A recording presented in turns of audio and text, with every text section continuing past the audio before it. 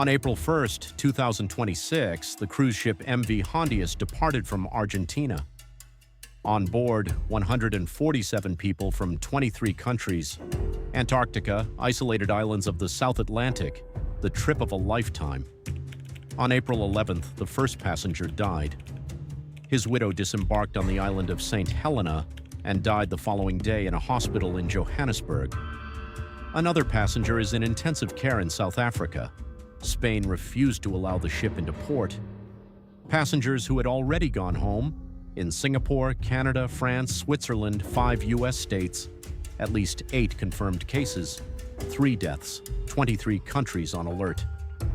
This is happening right now, today, May 7th, 2026. The virus is called Andes. It is the only known hantavirus that transmits from person to person. Its fatality rate, 30 to 50%. No vaccine, no specific treatment. Stay with me, because what is happening with this ship is not just a news story. This is a textbook example of what the beginning of an outbreak looks like, and I am going to walk you through every step. First of all, what is hantavirus, and why is the Andes strain different? Hantaviruses are a family of viruses that in nature are carried by rodents, mice, rats. They are permanent carriers and do not get sick. Humans become infected by inhaling aerosols from the urine, feces, or saliva of infected animals. This usually happens in fields, forests, old buildings, wherever rodents live. Most hantaviruses do not spread from person to person. You get sick, you cannot infect another person. This is precisely why hantavirus outbreaks are usually small and localized, but the Andes strain is the exception, the only documented exception among all hantaviruses. It was first described in southern Argentina in 1996. Since then, several outbreaks have been recorded with confirmed person-to-person transmission through close and prolonged contact. And here is what is important to understand. The Andes strain causes what is known as hantavirus pulmonary syndrome.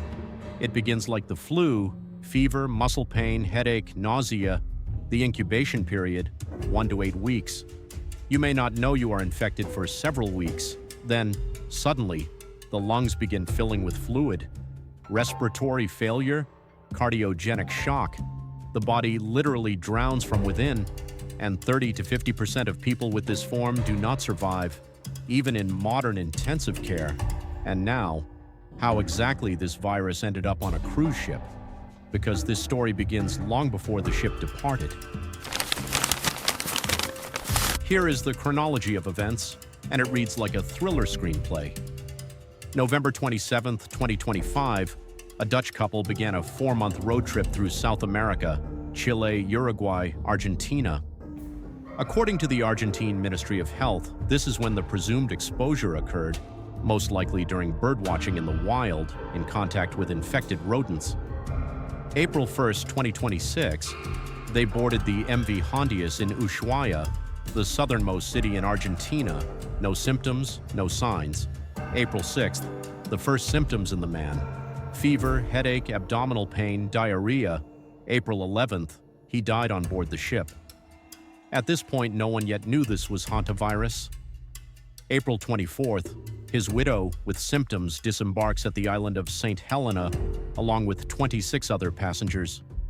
April 25th, she flies to Johannesburg. On that flight, 8 French citizens who were not on the ship, all of them are contacts. April 26th, she dies in a Johannesburg hospital. On the same day, laboratory testing confirms hantavirus. May 2nd, the WHO receives official notification. By this time, infected passengers have already dispersed around the world. Do you understand what is most frightening here? April 26th, passengers went home. May 2nd, the world learned of the threat. 6 days passed. 6 days of incubation window. Right now, May 7th, governments of 12 countries are on alert. Singapore, 2 men in their 60s are isolated and being tested. One has a runny nose, the other has no symptoms, but was nearby. Canada, 3 people in self-isolation, 2 in Ontario, 1 in Quebec. One of them was not on the ship at all. They simply took the same flight home as those who were. France, 8 citizens, close contacts of a confirmed case from that flight from St. Helena to Johannesburg. Switzerland, a man is hospitalized in Zurich, one of 40 passengers who disembarked on April 26th. United States, 7 passengers are being monitored across 5 states: Arizona, California, Georgia, Texas, Virginia, no symptoms, but being tracked. Netherlands, a flight attendant from the relevant flight, not a ship passenger, is hospitalized and being tested. On the ship itself, approximately 150 people are still on board under strict quarantine measures. Spain refused to allow the ship into the port of Tenerife, despite the WHO stating Spain has a moral and legal obligation to assist. This is the very picture we saw at the beginning of March 2020. The virus is already beyond its initial source. Contacts are scattered across the world. Incubation period, up to 8 weeks. Nobody knows who else is infected. But here is what fundamentally separates this situation from COVID-19, and why the WHO says a global pandemic will not happen, even despite all of this. I want to be completely honest with you, because panic here is just as dangerous as complacency. The WHO, CDC, and all the leading virologists I have read have said the same thing. This is not COVID, and here is why. First, the transmission mechanism is fundamentally different. COVID spread through the air in any enclosed space. Being near an infected person for a few minutes was enough. The Andes virus requires close and prolonged contact. You will not get infected simply by sitting next to someone on a plane. Healthcare workers treating patients with standard protective measures are safe.